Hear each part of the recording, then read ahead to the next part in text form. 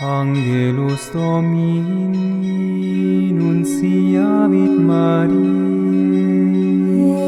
et concepit de Spiritus Sancto. Ave Maria, gratia plena Dominus tecum, benedicta tu in mulieribus, et benedictus fructus ventris tui, Iesus. Sancta Maria, Mater Dei, ora pro nobis peccatoribus, nunc et in hora mortis nostrae. Amen. Ecce ancilla Domini. Fiat mi secundum verbum tuum. Ave Maria, gratia plena Dominus tecum, benedicta tu in mulieribus, et benedictus fructus ventris tui, Iesus. Sancta Maria, Mater Dei, ora pro nobis peccatoribus, nunc et in hora mortis nostrae. Amen. Et verbum caro factum Et habitavit in nobis. Ave Maria, gratia plena Dominus tecum, benedicta tu in mulieribus, et benedictus fructus ventris tui, Iesus. Sancta Maria, Mater Dei, ora pro nobis peccatoribus, nunc et in hora mortis nostrae. Amen. Ora pro nobis Sancta Dei Genitrix. Ut digni efficiamur promissionibus Christi. Oremus. Gratiam tuam quesumus Domine mentibus nostris infunde, ut qui angelo nunciante Christi Filii tui incarnationem cognovimus, per passionem eius et crucem ad resurrectionis gloriam perducamur, per eundem Christum Dominum nostrum. Amen.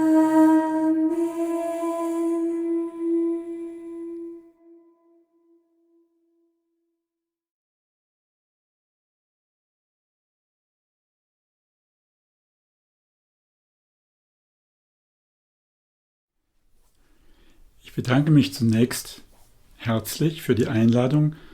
En primera instancia, quiero dar las gracias por haber sido invitado a hablar sobre este tema tan importante. Me han pedido tratar sobre la influencia anticristiana al interior de la Iglesia y estoy contento de tener una buena traducción en la voz del hermano Nicolai. Se trata de un tema muy importante, porque de hecho nos encontramos ante una amenaza y las personas despiertas lo perciben. Carlos y su esposa, por ejemplo, se dan cuenta de que existe esta amenaza tanto en el mundo como también en la Iglesia e intentan contrarrestarla. Me alegro también por todas las otras ponencias de este encuentro y mando un saludo especial a Monseñor Schneider, cuyos aportes son siempre muy valiosos.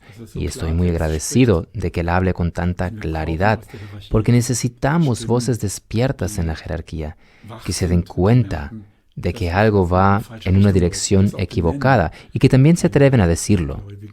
Los fieles realmente necesitan esto, porque la jerarquía de la Iglesia normalmente les ofrece una seguridad. Y, como bien sabemos, al momento está siendo muy sacudida. Por otra parte, esta situación nos invita a poner toda nuestra seguridad en Dios. Entonces, nuevamente doy las gracias por la invitación y saludo a todos quienes me están escuchando. Me alegro de poder hablar sobre este tema, aunque ciertamente no es un asunto agradable de tratar. Pero cuando algo es importante, no es tan relevante si es o no agradable decirlo.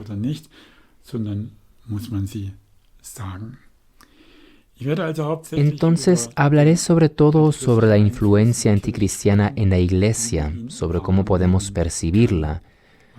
En ese sentido pido la ayuda del Espíritu Santo, pues a Él lo necesitamos para el discernimiento de los espíritus. Esto último es esencial, pues es el discernimiento de los espíritus el que nos enseña a reconocer qué es lo que viene de Dios, qué es lo que viene del hombre, qué es lo que podría venir del demonio, dónde se entremezclan estos orígenes, dónde debemos tener cuidado, dónde debemos poner límites, dónde hemos de abrirnos, por ejemplo, a la verdad, para que ella pueda impregnarnos, dónde hemos de distinguir atentamente qué es lo que acogemos y a qué le cerramos nuestros oídos. La Iglesia tiene la misión de anunciar el reino de Dios. Esta es la tarea primordial que le ha sido encomendada por el Señor. Como todos sabemos, Jesús envió a sus apóstoles a anunciar el Evangelio hasta los confines de la tierra. En Jesús se ha hecho presente el reino de Dios, y todos los días en el Padre Nuestro pedimos que este reino venga. Todos nosotros estamos llamados a cooperar en la expansión de este reino, a través del anuncio del Evangelio y colaborando con el Espíritu Santo, lo cual es muy importante. Este reino llega a las personas. El Espíritu Santo, los apóstoles y todos los fieles que transmiten y viven el Evangelio ayudan a edificar el reino de Dios. Y en este reino es el Señor el Rey. Por eso celebramos la fiesta de Cristo Rey al terminar el año litúrgico, para proclamar que tenemos un rey que no es como los reyes de este mundo. Mi reino no es de este mundo, pero cuyo reino se implanta en este mundo. El Espíritu Santo es su alma, y la justicia, la paz, la verdad, la reconciliación con Dios, la reconciliación entre los hombres, son maravillosas características de este reino. Esta es entonces la tarea de la Iglesia. Pero sabemos que desde el principio la Iglesia fue perseguida. Lo vemos ya en el Nuevo Testamento. El Señor mismo fue perseguido. Él no implantó su reino con un triunfo terrenal, sino a través de la victoria en la cruz. La expresión del amor más grande, el amor del Padre manifestado en su Hijo, que quiere atraer a todos hacia sí, como dice el Evangelio. Desde el principio, la luz vino a las tinieblas y las tinieblas no la recibieron. Y no solo no la recibieron, sino que se pusieron en su contra. La combatieron, intentaron oscurecerla. Y esta misma es la historia de la Iglesia. Como sabemos, la historia de Cristo se prolonga, por así decir, en la historia de la Iglesia. El Señor es la cabeza y nosotros somos sus miembros.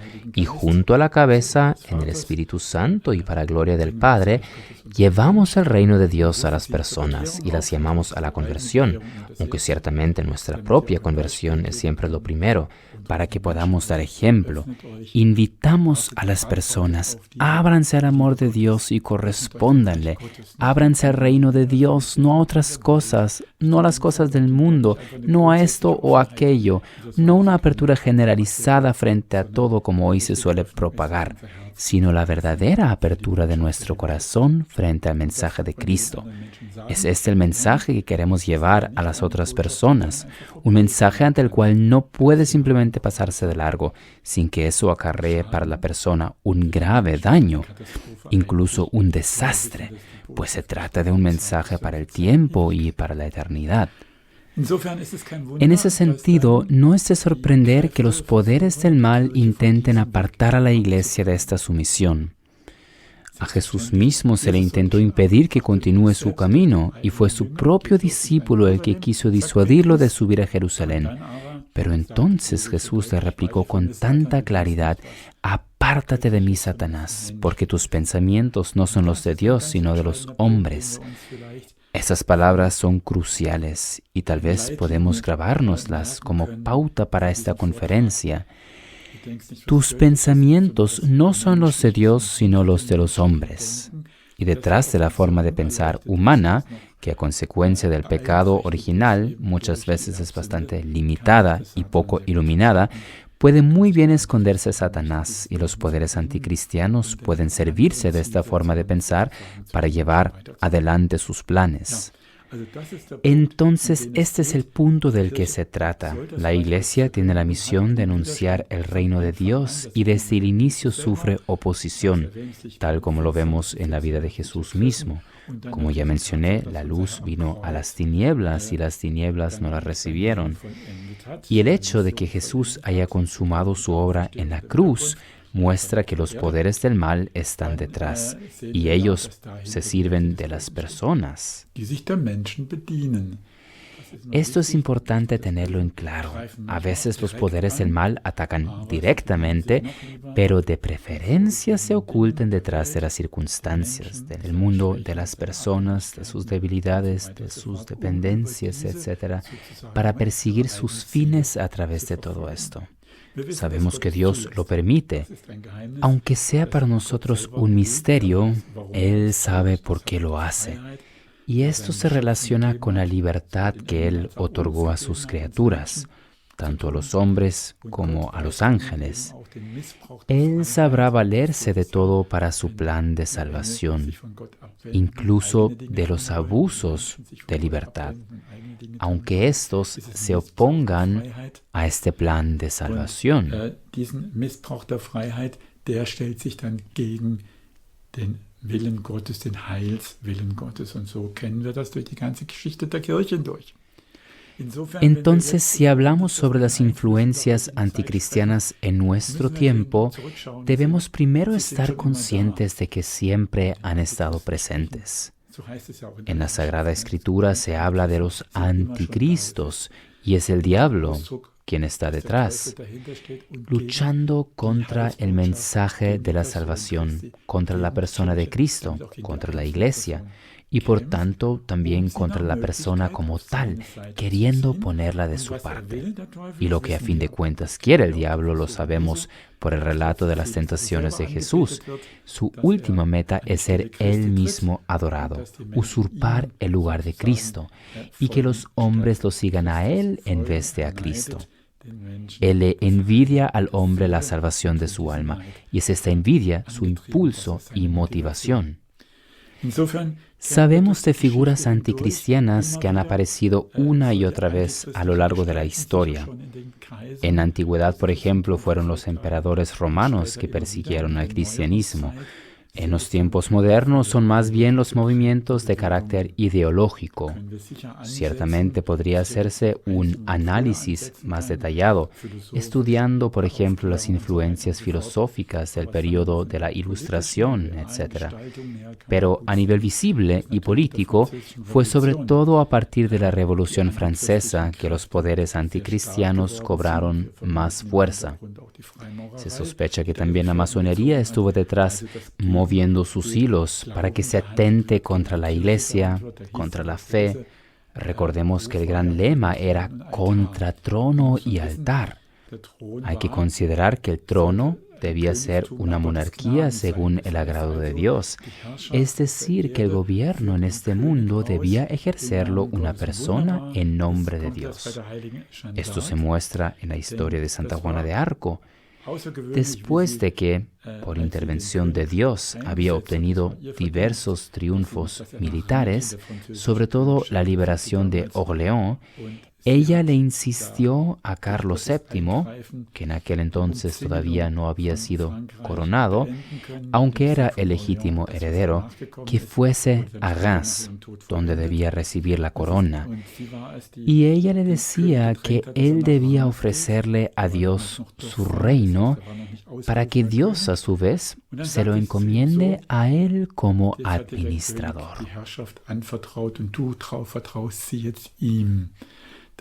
Esta es la noción más profunda, que también el gobierno a nivel civil está al servicio del reinado de Dios, y el rey católico ha de regir de acuerdo a los mandamientos de Dios. De hecho, así era en ese entonces. Es por eso que la Revolución Francesa tenía que oponerse al trono, porque también ahí se manifestaba la realeza de Dios, pero más aún contra el altar, contra la Iglesia, contra el establecimiento del reino de Dios, que de hecho se hace visible y está representado ya en la Iglesia, al menos en parte. De ahí la oposición al altar. Esta cruzada contra trono y altar, es decir, contra toda autoridad que viene de Dios, hay que entenderla como lo que Lucifer siempre intenta, atentar contra toda autoridad legítima o falsificarla. Por ejemplo, convertir a un gobernante en dictador que abusa de su autoridad y que aun habiendo sido legítimamente instituido, ejerce ilegítimamente su poder, no como debería hacerlo un rey, un presidente, un canciller, etc., sino en el sentido de Satanás, que persigue otra intención y al fin y al cabo quiere torturar al hombre. Sus intenciones son realmente malvadas. Hay que tenerlo en claro. Ahora, adentrándonos a los tiempos modernos, la humanidad sufrió ampliamente bajo figuras anticristianas. Pensemos en China, en la revolución comunista en Rusia, en el régimen nazi en Alemania, donde se manifestó claramente la intención de aniquilar a los judíos, creyendo Hitler que así estaría realizando una tarea providencial. El Papa Benedicto dijo claramente que Hitler estaba poseído, o al menos fuertemente influenciado por el diablo, que éste a veces se le aparecía. En todo caso, era un rumbo evidentemente satánico, que se dirigió primero contra los judíos, como el pueblo de la antigua alianza escogido por Dios, y después también contra los cristianos, como los testigos de la nueva alianza, testigos del reino de Dios. De hecho, persiguió concretamente a los cristianos y hubiera seguido haciéndolo. Eso debemos tenerlo en claro. Era una ideología que revivía mistificaciones germánicas con elementos esotéricos, empleando runas y otros elementos de la magia, en fin, un campo donde lógicamente el diablo puede fácilmente ejercer su influencia. Esto sucedió en el régimen nazi y muestra un claro componente anticristiano en forma de gobierno. También aquí vemos la figura de un falso profeta, Goebbels, quien podía hablar con tanta elocuencia que las personas quedaron cegadas y aclamaron a Hitler como su Führer, ojalá sin saber lo que hacían, ni estando conscientes de las atrocidades que cometía el régimen nazi. Pero tampoco fue menos cruel el comunismo soviético, una ideología que quiso destruir la fe o aprovecharse de ella, o controlarla e infiltrarse, y así procedió contra muchos sacerdotes y persiguió a la Iglesia, tal como sigue sucediendo hoy en día en China o en otros países, como Corea del Norte, son persecuciones por parte de la política. Hoy en día tenemos que constatar que la persecución ha pasado también al occidente, que solía ser cristiano. En las democracias occidentales se hace cada vez más palpable una persecución que empieza sutilmente, que introduce leyes como la del aborto, la ideología de género.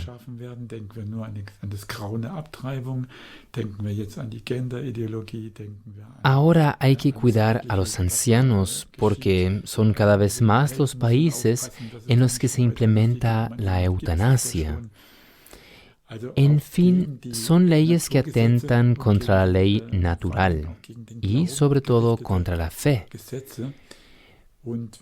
Por eso es de temer que nos esperan persecuciones si nos mantenemos firmes en nuestras convicciones cristianas.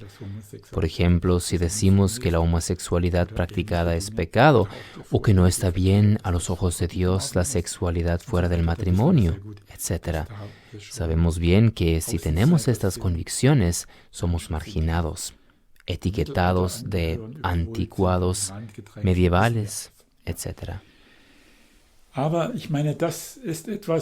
Pero las Sagradas Escrituras ya nos advierten de todo esto, así que no tenemos que sorprendernos, sino más bien saber afrontarlo adecuadamente. Mucho más duro para nosotros es ver lo que ocurre al interior de nuestra iglesia, porque, como dije al inicio, es ella la que ha de anunciar el reino de Dios, y es por tanto el primer oponente a las pretensiones del diablo de erigir su propio reino. Por eso es obvio que él intente de forma especial ejercer su influencia sobre la iglesia. Desde el principio, y una y otra vez a lo largo de la historia, lo ha pretendido, y parece ser que en este tiempo lo intenta con especial ahínco. Sí, hay que decir que en estos precisos días está arremetiendo fuertemente contra la iglesia. Se trata del intento de apartar de una u otra forma a la iglesia de su misión de anunciar el reino de Dios, para que al diablo no le sean arrebatadas las almas que él quiere tener bajo su dominio, a las cuales tiene bajo su influencia, bajo la influencia del pecado, de las ideologías, del error. Es importante recalcar que no solo el pecado es destructivo, sino también el error. Así, para evitar que le sean quitadas las almas, procede contra aquellos que, a través del anuncio del Evangelio, a través de la administración de los sacramentos, a través de la verdad de la doctrina de la Iglesia, atraen a las almas. Por tanto, esta atracción que realmente emana de la Iglesia ha de ser debilitada. Es por eso que para el diablo es importante que la Iglesia ya no anuncie con autoridad el Evangelio, que sea debilitada por dentro, lo cual sucede también a través del pecado. Hemos escuchado de los terribles pecados de abuso y de homosexualidad. Sexuellen Verfehlungen und besonders stark ist es offensichtlich auf der homosexuellen Ebene, dass da die Menschen zur Sünde verführt werden. Peor aún se pone la cosa cuando se empieza a aceptar el pecado, cuando ya no se lo ve como algo contra lo cual hemos de luchar y a veces incluso hacernos violencia, buscar ayuda y evitar que se aproveche de nuestra debilidad. Cuando ya no se lucha y en el peor de los casos incluso se considera el pecado como una opción de vida, la cosa está bastante avanzada. Ahora bien, ¿cómo actúan los poderes anticristianos? Para entenderlo, tenemos por una parte el fuerte testimonio de la Sagrada Escritura y, por otra parte, también lo que encontramos en obras literarias sobre este tema, entre las cuales se destaca el breve relato del Anticristo de Solovyov. Se puede decir que su descripción es profética. No en el sentido de que todo vaya a cumplirse al pie de la letra, sino en cuanto que nos da una pauta sobre cómo sucederán las cosas.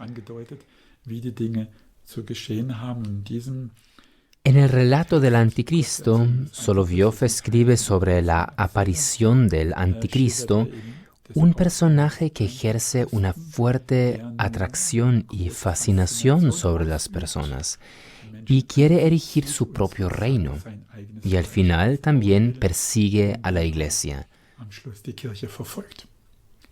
Pero quisiera detenerme en un punto particular de esta obra. El Anticristo logra atraer y poner de su parte a la mayoría de los cristianos. Eso es importante tenerlo en cuenta. De hecho, para el diablo es relativamente fácil ejercer influencia sobre las personas que viven en pecado. Tienen una puerta abierta para que los pensamientos equivocados entren en ellos. Y a causa de su dependencia al pecado, el diablo tiene una especie de derecho sobre ellos. Y si las personas no se arrepienten, no acuden a la confesión, es como si se confirmara este derecho del diablo. Entonces, esto le resulta relativamente fácil. Pero, ¿qué hará con los creyentes de la Iglesia? También a ellos quiere ponerlos de su parte, siendo así que ellos son sus potenciales oponentes. Entonces, ¿cómo se ganará a los cristianos? Por una parte, se sirve de la tibieza. Cuando ya no se vive bien la fe cristiana, cuando la oración ya no es tan importante, cuando los sacramentos ya no son tan importantes, cuando la doctrina ya no es tan importante, cuando el amor al prójimo se coloca en el primer plano hasta el punto de descuidar el amor a Dios. Cuando se dice, bueno, como cristianos podemos vivir como las demás personas. Y se pierde el ayuno, se pierde la ascética, se puede simplemente disfrutar de la vida, tal como lo hacen los demás, con la única diferencia de que se tiene un poquito de fe, por decirlo en mis propias palabras. O cuando la fe se convierte en un cristianismo meramente cultural. Si el diablo logra que los cristianos lleguen a este estado, ya no ofrecerán resistencia, porque no reciben la fuerza que viene de la oración, de la vida espiritual, de la Sagrada Escritura, etc. En estas circunstancias, les resulta relativamente fácil atraerlas así. Pero, ¿qué hay de los cristianos realmente creyentes que se toman en serio su fe, que van a la iglesia, que se confiesan, que intentan vivir de acuerdo a los mandamientos de Dios, que leen la Biblia, que se esfuerzan por cumplir la voluntad de Dios? ¿Será que también a ellos el diablo puede influenciarlos? Lamentablemente sí. La Sagrada Escritura nos dice que incluso los elegidos serán engañados. Aquí llegamos a un tema serio. ¿Cómo sucede esto al interior de la Iglesia? Por una parte, como he dicho, se distrae de lo esencial, ya no se cultiva la vida espiritual, ya no se misiona realmente, se da cabida a los errores que lamentablemente llevan un buen tiempo introduciéndose a través de la teología. La teología que debería hacernos comprender la belleza de la doctrina para que nuestra fe sea más fuerte, más convencida, más resplandeciente. Una teología de rodillas, orante, realmente nos ayuda mucho a profundizar nuestra fe. No me detendré en lo que respecta a la filosofía. Sería un tema aparte que podrían tratar personas que estén más familiarizadas con este campo. Pero en cuanto a la teología, se la debilita y se introducen falsas teologías que opacan la auténtica doctrina. Algo de esto tuvimos que experimentar ya en el Segundo Concilio del Vaticano, donde muchos teólogos y peritos quisieron influir sobre los textos conciliares, de manera que, como observa Monseñor Schneider y otros más, algunas de sus formulaciones deberían ser precisadas para que no puedan ser interpretadas en otro sentido, tal como lo vimos y seguimos viéndolo en los desarrollos postconciliares, para fomentar una teología relativamente secular que se aparta cada vez más de Dios y se rige de acuerdo al mundo. Ahora bien, si la teología no es clara, si la doctrina de la Iglesia se ve debilitada y por tanto se deforma también la Sagrada Escritura, ya no tendremos un fundamento, un punto de referencia, una orientación a la que nos aferramos. Puesto que la Sagrada Escritura nos ha sido dada como luz y orientación, habrá que modificar algo ahí. Estudios bíblicos modernos que ciertamente también tienen algo positivo y correcto a nivel histórico, pero se entremezclan otros elementos y así se debilita la confianza en la doctrina de la Iglesia, en la Sagrada Escritura y en la auténtica teología. Y se opta por aquellas cosas que, como dice San Pablo, son novedosas, que nos resultan más fáciles. Digamos las cosas como son. A nosotros los hombres nos gusta que se nos pongan las cosas fáciles, y por eso somos susceptibles a estos temas. Esa tendencia lleva un buen tiempo difundiéndose desde el Concilio Vaticano II. Podríamos decir que los papas después del concilio intentaron encauzarlo. El Papa Pablo VI, no nos detendremos a hablar sobre él, al menos puso un alto y dio un claro posicionamiento en lo referente a la anticoncepción, un tema importante donde también querían implementarse modificaciones. Él dijo, no, esto no se puede. Se mantuvo firme y se impuso ante aquellos que querían un cambio, que aparentemente eran mayoría. El Papa Juan Pablo II se aferró a la doctrina de la Iglesia, gracias a Dios. También escribió buenos textos. Yo suelo decir que él, de una u otra forma, intentó contener este espíritu. No darle cabida, sino contrarrestarlo, reafirmando la auténtica doctrina de la Iglesia.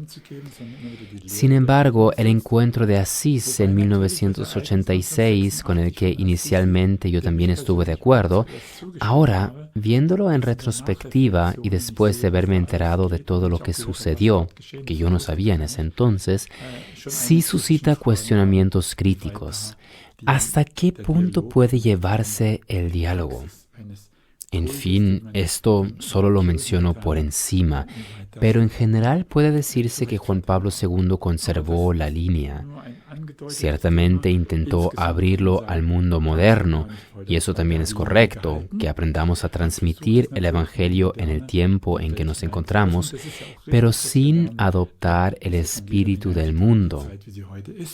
Aber eben nicht mit den zeitlichen Mitteln, sondern mit geistlichen Mitteln. Das ist der große Unterschied.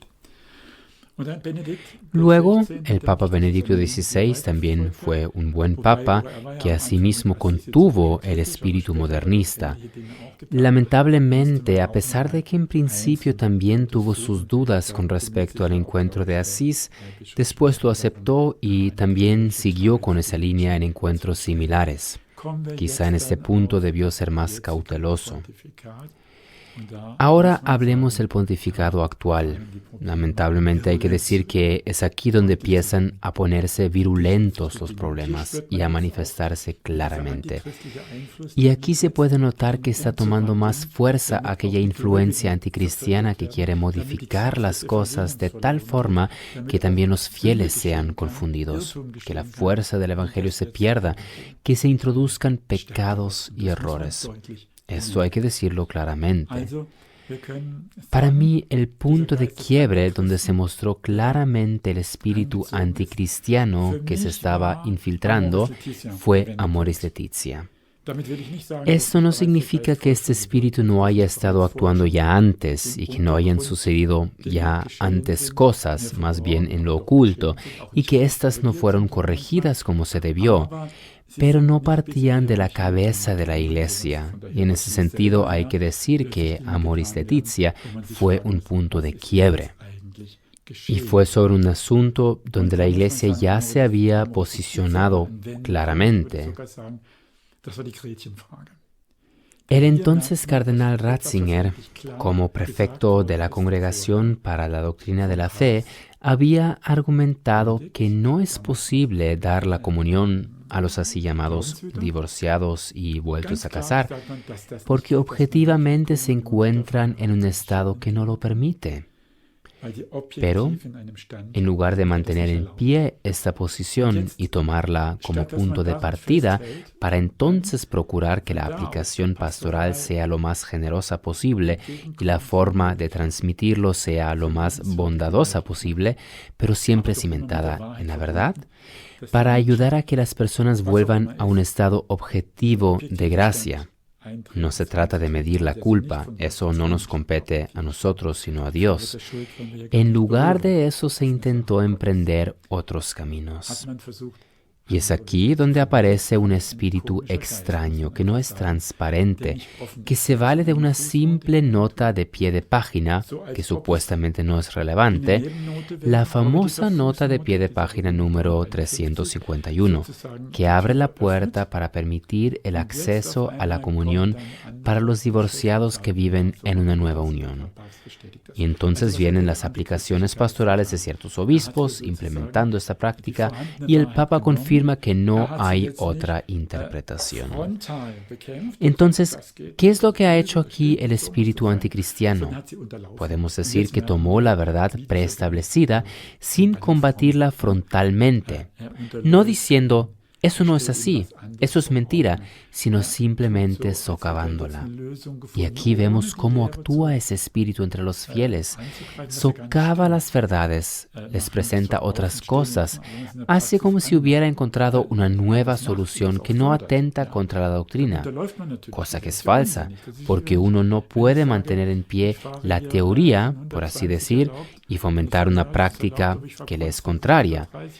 Sería como si yo dijera, sí, es cierto que el límite de velocidad es 120, pero siempre manejo a 130 o 140 y después digo, es bueno que el límite sea 120. Mi actuar mismo lo está cuestionando. Vemos entonces que aquí es donde actúa el engaño y eso hay que tenerlo presente, que el espíritu anticristiano, tal como se presenta en la Iglesia, es un espíritu de engaño. Es decir, él finge algo, pero en realidad su meta es otra.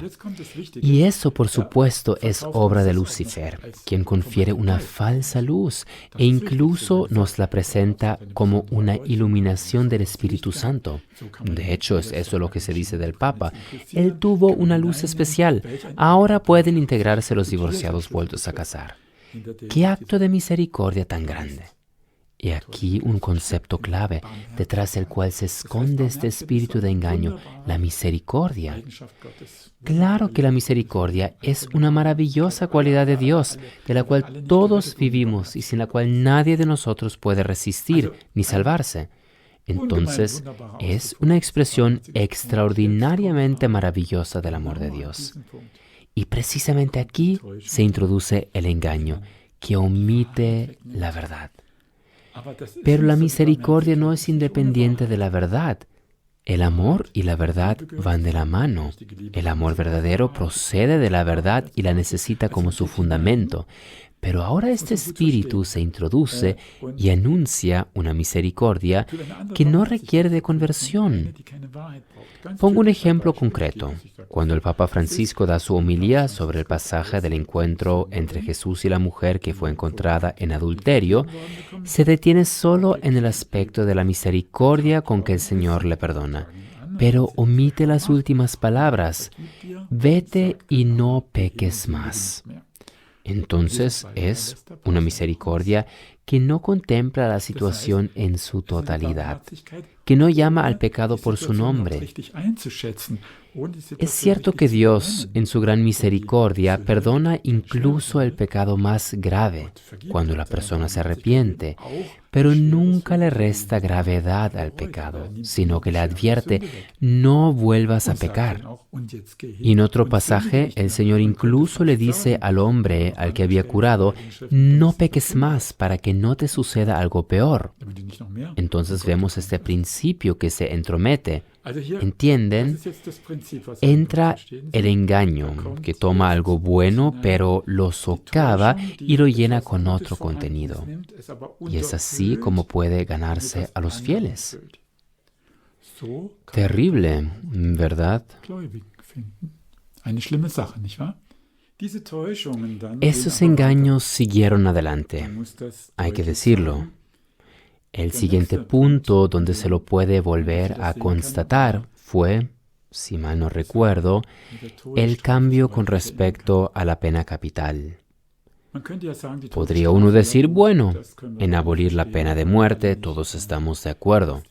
Nadie de nosotros quiere que se le quite la vida a alguien. Es un acto que se debería evitar. De hecho, así ya lo había dicho Juan Pablo II, que en la medida de lo posible debería evitarse la ejecución de la pena capital, pues hoy en día se tiene a disposición otros medios para garantizar que los graves delincuentes no pongan en peligro a la sociedad. Pero nunca cuestionó la legitimidad de la pena de muerte en sí. El Papa Francisco, en cambio, sí. Entonces, nuevamente se manifiesta un espíritu que nos dice que hoy en día lo sabemos mejor. Lo sabemos mejor que en los tiempos anteriores, mejor que los papas del pasado. Tenemos una luz especial.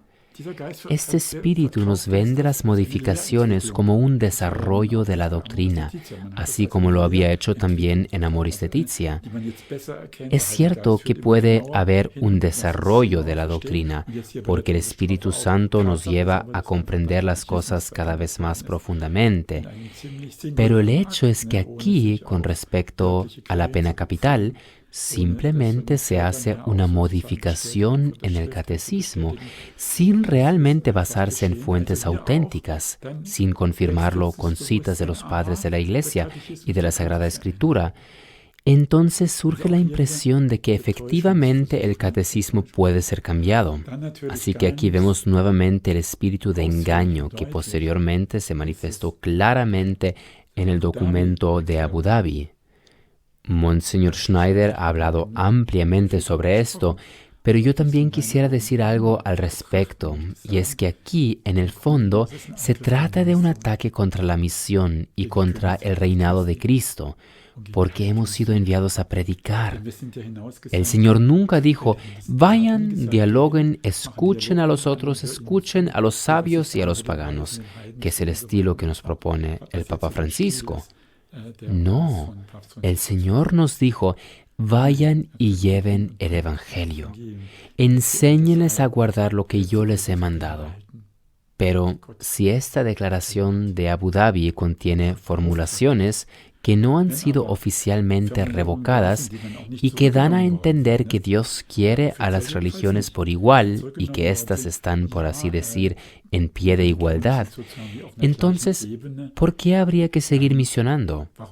La misión solo consistiría en dialogar, en estimular procesos de paz, en cooperar juntos, pero no en anunciar el Evangelio.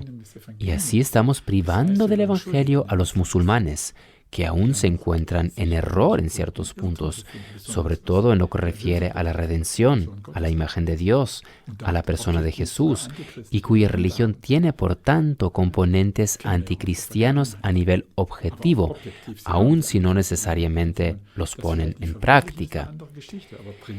Entonces, vemos aquí nuevamente este espíritu que nos dice que cada cual aporta con su propia riqueza, y así sucesivamente. Pero, a propósito del tema de este encuentro, el nuevo orden mundial, yo tengo la impresión de que esto está al servicio de crear una religión universal, que no necesariamente debe tener un solo culto, pero que considera a todos los cultos en pie de igualdad, como expresiones religiosas distintas. Sabemos bien que esto es un concepto de la masonería, que quiere que se llegue a esta religión universal. Así que la declaración de Abu Dhabi es un alejamiento del encargo que nos dejó Cristo de anunciar el Evangelio a todos. Y por supuesto, esto incluye a los judíos. Claro que uno puede ponderar una y otra vez cuál es el camino más apropiado para llegar a ellos, qué es lo que nos muestra el Espíritu Santo, pero también ellos necesitan que se les anuncie al Mesías al que aún no han reconocido.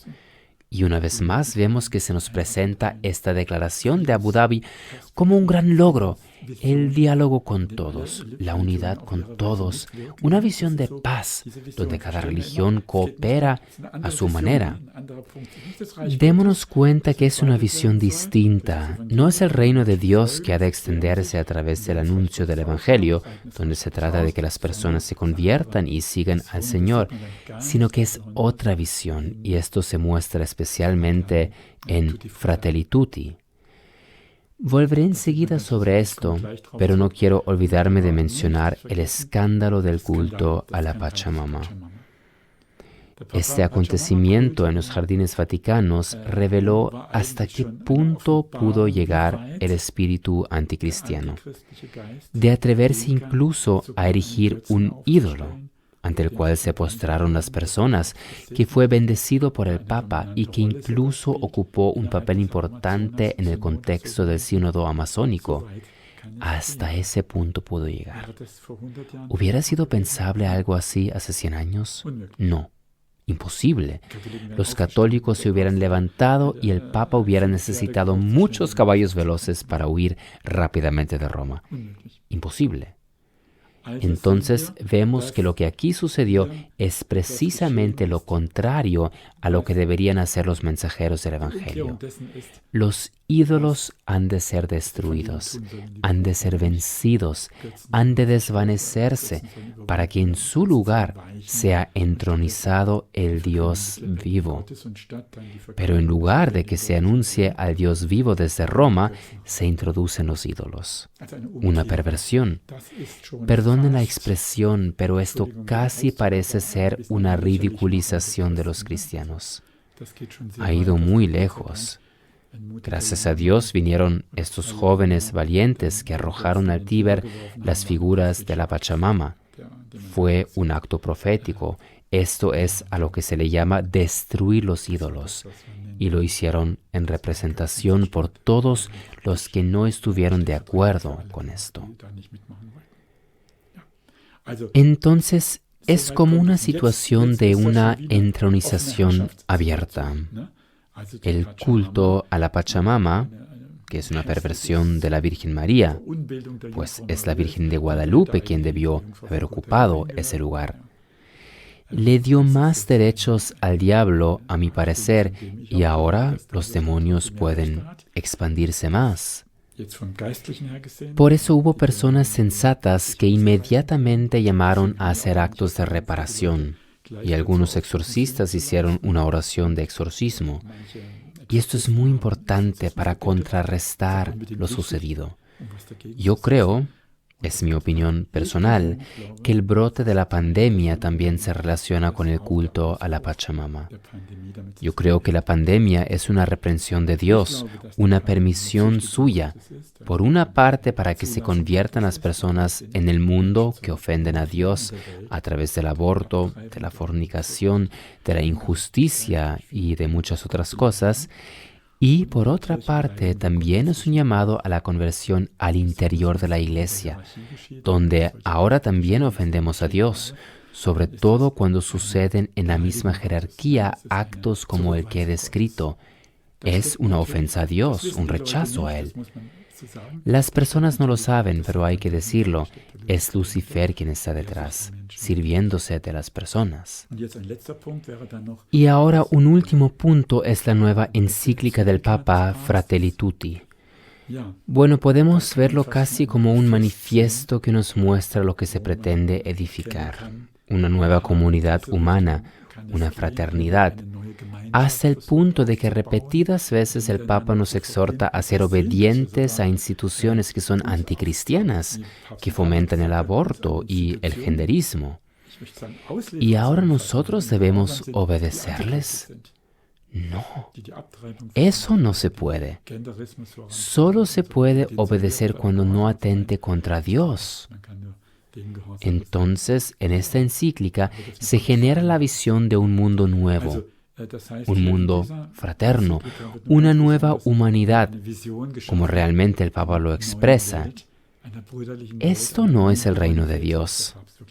Es un mundo ilusorio que tiene su origen en una inspiración luciférica. De hecho, es propio de Lucifer pretender imitar las cosas de Dios. Y aquí lo vemos concretamente. Hablo del espíritu anticristiano porque es el que prepara el camino para el advenimiento del anticristo. La Sagrada Escritura habla con toda claridad del anticristo y debemos contar con que vendrá. Si es inminente o no, si es un anticristo o el último anticristo, el hijo de la iniquidad que aparece antes de que el Señor retorne en su gloria, solo Dios lo sabe. Pero debemos contar con la venida de un anticristo, es decir, una persona concreta en la que se encarna, por así decir, el espíritu anticristiano, que podría tomar como manifiesto un escrito como Fratelli Tutti para involucrar a las religiones en su proyecto, porque ese reino que Lucifer pretende erigir como imitación del reino de Dios necesita de la religión. La necesita en el sentido de que las personas son religiosas. En Albania, por ejemplo, se intentó excluir a Dios, pero no funcionó. Al final incluso salió de ahí la Madre Teresa. Entonces, como no se puede extirpar la religión, habrá que deformarla, relativizarla y sobre todo, y esta es la meta, derribar el reinado de Cristo. Que ya no se anuncie la redención, que ya no se hable del pecado ni de cómo se puede salir de él. Entonces la religión es necesaria y en esta encíclica vemos cómo las religiones y las personas de buena voluntad son involucradas para cooperar juntas en la edificación de un reino humano. El Papa cita muchos pasajes de la Escritura, pero al servicio de algo supuestamente más grande, que es construir esa humanidad fraternal. No voy a tematizar las últimas declaraciones del Papa con respecto a las uniones homosexuales, pero es nuevamente la misma forma de proceder, que se dice que no se refería a eso, que no fue eso lo que quiso decir, pero ¿por qué no se posiciona él mismo? Podría simplemente pronunciarse: miren, lo que quise decir es lo siguiente, pero hubo una mala interpretación y sacaron fuera de contexto mis palabras. Por supuesto que no apoyo de ninguna manera la homosexualidad. Y entonces, lógicamente, tampoco podría apoyar una ley de convivencia civil, que al fin y al cabo sería apoyar la homosexualidad, pero probablemente no habrá tal clarificación. Entonces esa niebla, esa ambivalencia, esa falta de claridad en este pontificado es parte del plan de Lucifer, para que uno ya no sepa ni qué pensar, para que se desvanezca el discernimiento de los espíritus, y a esto viene a añadirse el hecho de que uno no se atreve a decir algo contra el Papa. Como católico, uno cree que si dice algo en contra de lo que el Papa enseña, prácticamente ya está condenado. Pero no es así. No hablamos mal del Papa, pero por supuesto que debemos examinar también lo que él dice para ver si corresponde o no a la doctrina y a la praxis de la Iglesia. Si no lo hacemos, sería una falacia, ceguera, dependencia, papolatría o como sea que se lo quiera llamar. En este punto quiero llegar a la conclusión de esta conferencia. Se ha dado un enceguecimiento. Lucifer ha conseguido enceguecer a los hombres con su falsa luz, presentándoles algo distinto, aparentemente más grande, más fácil. Pensemos, por ejemplo, en los divorciados vueltos a casar que pueden recibir la comunión, o en que cada cual puede optar por su religión, o en que podemos construir un mundo fraterno sin necesidad de conversión, o dando a entender que Dios te ama como eres, pero sin mencionar que debes convertirte. Y eso es cierto, primero Dios nos ama como somos, pero entonces nos lleva a la conversión. A fin de cuentas, este espíritu se infiltra en la iglesia, quiere llegar a los fieles y ellos no se dan cuenta. Y luego tenemos a los que todo lo justifican, que el Papa no quiso decir eso, en realidad él ve las cosas correctamente. Y tenemos también a los entusiastas que piensan que es una nueva visión, una visión muy especial, una iluminación, que el Papa Francisco logra la paz, etc. En fin, ahí se ve el enceguecimiento. En realidad, el Papa, al igual que cada uno de nosotros, está llamado a ser fiel a la doctrina de la Iglesia, a los mandamientos de Dios. No dudo que lo haga. Tampoco creo que es una mala persona, como algunos sospechan. Al contrario, se puede ver, por ejemplo, su preocupación por los pobres. Pero hay un espíritu de confusión y una carencia del discernimiento de los espíritus. Espero que este aporte haya ayudado un poco a entender cómo el espíritu anticristiano intenta poner también a los fieles de su parte para edificar ese reino falso, el reino de la bestia, si queremos hablar en términos bíblicos, o la antiiglesia, como también se lo ha llamado. Sería un tema aparte hablar sobre lo que hemos de hacer ante esto. No puedo tratarlo en este marco. Pero quien siga mis meditaciones diarias u otras publicaciones podrá saber lo que digo sobre la resistencia espiritual que podemos ofrecer.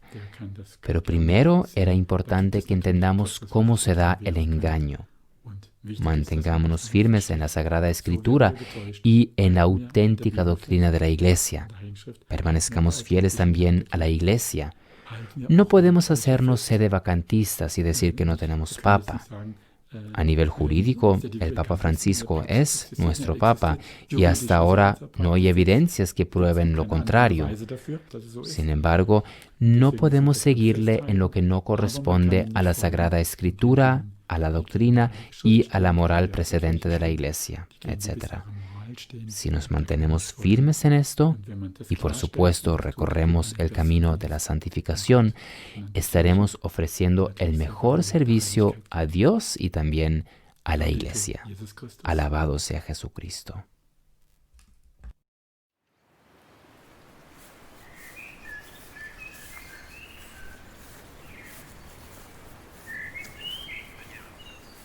Salve Regina,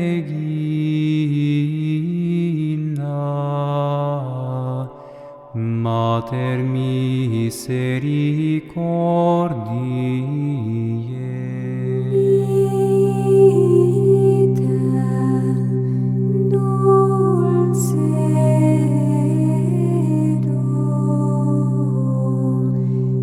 Spes nostra salve.